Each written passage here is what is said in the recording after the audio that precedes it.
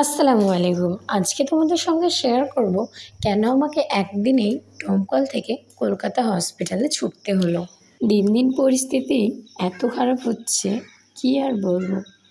Day by day video করছিলাম। আমার 41 দিনের ভিডিও করার পরে বিগত 1 মাস আমি কোনো রকম ভিডিও পোস্ট করতে পারিনি, কারণ মন মানসিকতা ভালো নেই। তো এই যে আমরা এখন ডোমকল হসপিটালে চলে এসেছি। এর মধ্যে আবার আমার দাঁতেও একটু সমস্যা হচ্ছে। তো দাঁতের চেকআপের জন্য ডোমকল হসপিটাল এসেছিলাম। এরপরে দাঁতের একটা ছবি তুলতে দিয়েছে, আর ছবিটা তোলার জন্য আমরা চলে গেলাম হসপিটালের বাইরে। তো আজকে আবার আয়ানকে কলকাতায় নিয়ে যাওয়ার ডেট আছে। এর আগে দেখিয়েছি, ওখান থেকে একটু কমেছে। ইনশাল্লাহ আশা রাখছি যে ভালো হয়ে যাবে। তো দেখো, এখন আমরা চলে এসেছি যেখানে ছবি তুলব সেখানে। এরপর আমরা এটিএম থেকে কিছু টাকা তুলে নিলাম, আর তারপরে দেখো 2 ঘন্টা পর বেরিয়ে গেলাম কলকাতার উদ্দেশ্যে।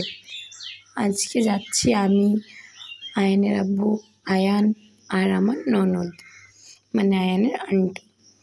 আমার ননদেরও বুকের সমস্যা, পেটের সমস্যা, যার কারণে যাওয়া।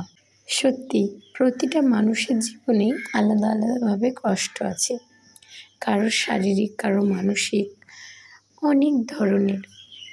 আমরা হসপিটালে এতটা যাচ্ছি বা যেতে হচ্ছে, আর ওইখানে গিয়ে দেখি মানুষ বাঁচার জন্য বা একটু শারীরিক ভালো থাকার জন্য কতই না কষ্ট করছে।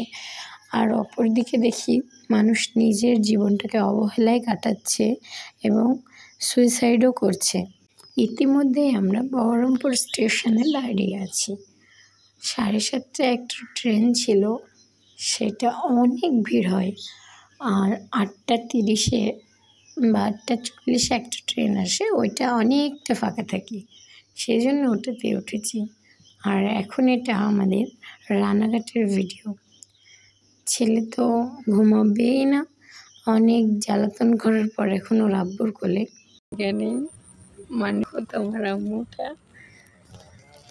দেখো, এখানে ট্যুরে আসবে এই জায়গাটা, আর এখানে একটা স্পেশাল জিনিস আসবে, দেখাবো তোমাদেরকে। দেখো রোমান তোমার সব। আর এই যে চলে এসেছি, এসে আমরা বসে আছি। ননদের ছেলে মেয়েরা অনেক বায়না করছে, মা কলকাতায় ঘুরতে যাব।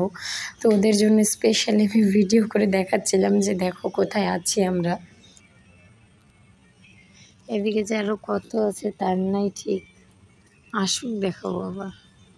এ দেখো রোমান, এলিনা, আমরা শুয়ে আছি আর আমাদেরকে পাহারা দিচ্ছে।